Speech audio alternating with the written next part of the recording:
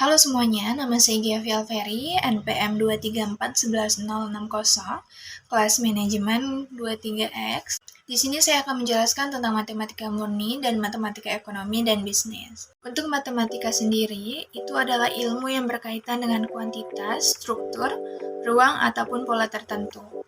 Dan bisnis adalah kegiatan produksi dan penyebaran kebutuhan masyarakat berupa barang dan jasa yang bertujuan untuk mendapat keuntungan. Matematika bisnis itu adalah ilmu terapan yang berguna untuk memecahkan masalah atau melakukan serangkaian analisis dan prediksi pada kegiatan bisnis dengan didasari ilmu matematika demi tercapainya hasil yang maksimal dan akurat.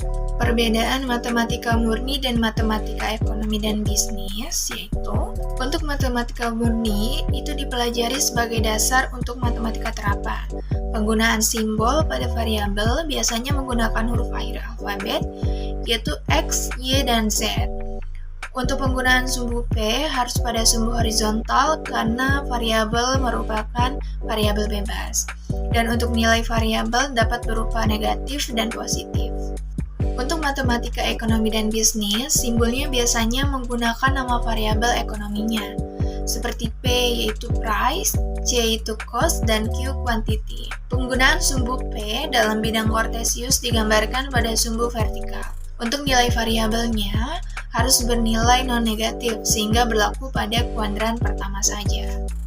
Dalam matematika ada beberapa unsur yang perlu dikenalkan seperti variabel, parameter, dan konstanta. Untuk variabel yaitu sebagai sesuatu yang besarnya dapat berubah dalam ekonomi, misalnya harga, pendapatan, biaya, dan lain-lain. Parameter yaitu sebagai koefisien dari suatu variabel. Dan untuk konstanta yaitu besaran atau angka yang nilainya tidak berubah. Dalam matematika juga ada operasi pada himpunan. Itu ada 3, yang pertama adalah irisan.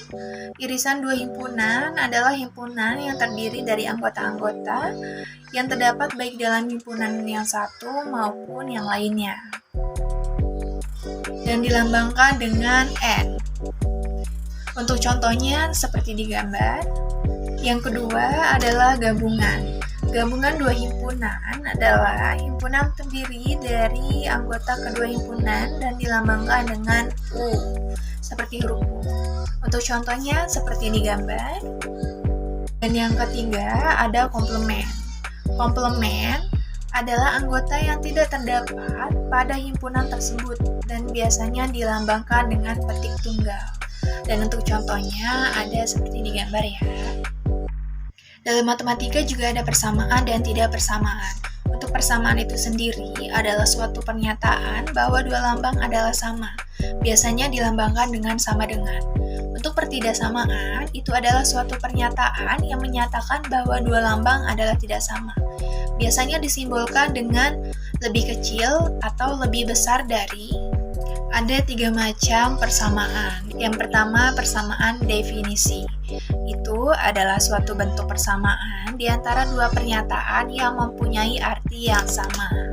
Yang kedua, ada persamaan perilaku, yaitu suatu persamaan yang menunjukkan bahwa perubahan perilaku suatu variabel sebagai akibat dari perubahan variabel lainnya yang berhubungan. Yang ketiga, ada kondisi keseimbangan, yaitu suatu persamaan yang menggambarkan persyaratan untuk pencapaian keseimbangan atau equilibrium.